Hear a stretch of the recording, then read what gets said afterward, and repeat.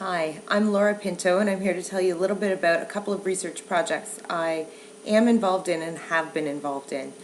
The current project I'm doing may be interesting to you because I'm still working out some of the details of the methodology.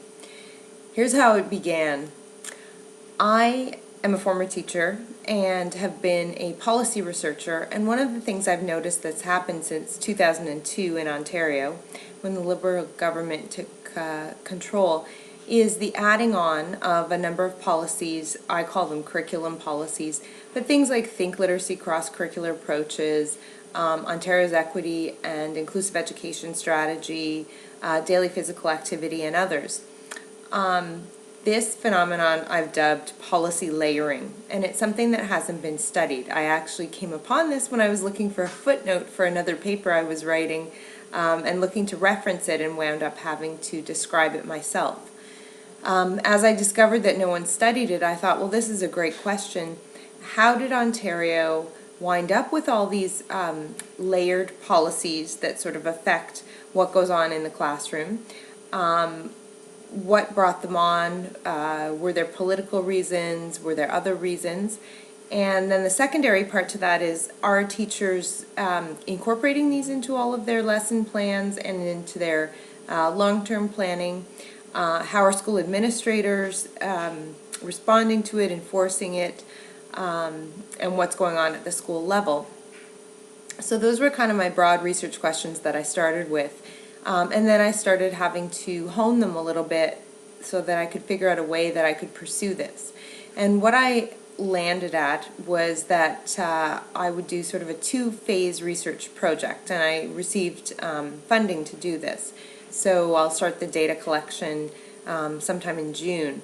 So the first piece is, what is the origin of all these policies since 2002?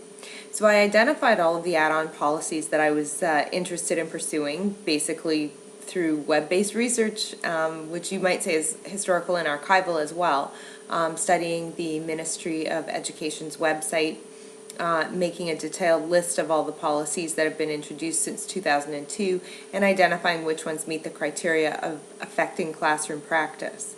The next set of data against which I'm going to look at that is, what have been some of the political contextual features that might have influenced the policy.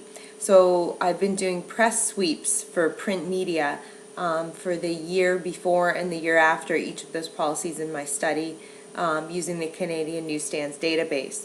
And I'm going to be doing interpretive research, purely qualitative, on the analysis of that, looking at, do there seem to be connections between and among them, between and among any current events and the policies. So one example would be, we had the global financial crisis in 2008, and shortly thereafter we started to see a lot of financial literacy education policy initiatives taking shape, and those actually quite overtly reference the financial crisis. So that would be an example of one where there seems to be a relationship. Now, I could study this quantitatively, and I could code the data that I find and do analyses to see if the connections are greater than chance, but I'm probably not going to do that, though this is an approach that many political science scholars do take. So hopefully that'll shed some light on how these policies have come about. The second phase of the research will be interview-based research, and I've decided to, at this point, and I view this as part of what will probably be a longer-term research project, but I view the first phase as looking to school leaders, so principals and vice principals, to talk to them about their perceptions of the policies, how are they making sense of them, how do they see these as playing into the realities of schooling. I have a conceptual framework that I'm working from, and a theoretical framework that has to do with intensification of work, and also performativity of teachers, but in this case performativity of administrators and teachers, so broadly speaking educators. I've been working at developing an interview protocol to go with that, and I hope to conduct my interviews in June, and then possibly some might spill over into the summer or early fall. I will take the interview data and I will be doing analysis on that.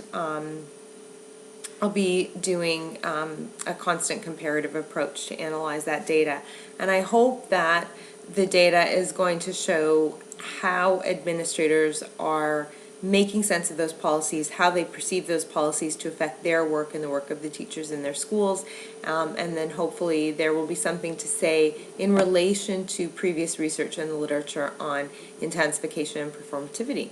So that's that bit of research, but I thought that it might be helpful for you to see where I'm coming from. Obviously, I had to think through a lot of potential methodologies. As I said, I landed on press suite methodology and interviews as where I'd like to take it.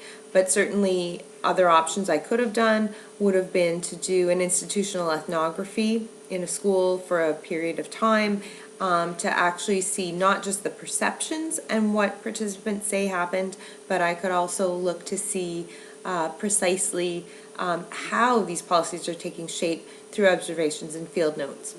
I opted not to do that for a number of reasons. Practicality, I also wanted a little bit broader scope because I am going to be looking at 4 different school boards to see if perhaps there are any perceptual differences in different communities in the province. I could have also, as I mentioned, worked with teachers instead of principals, but I see that as something that I think I may wish to do in the future. So that gives you an overview of my current research project, and I'm going to do a separate video for the other research project that I want to talk about today.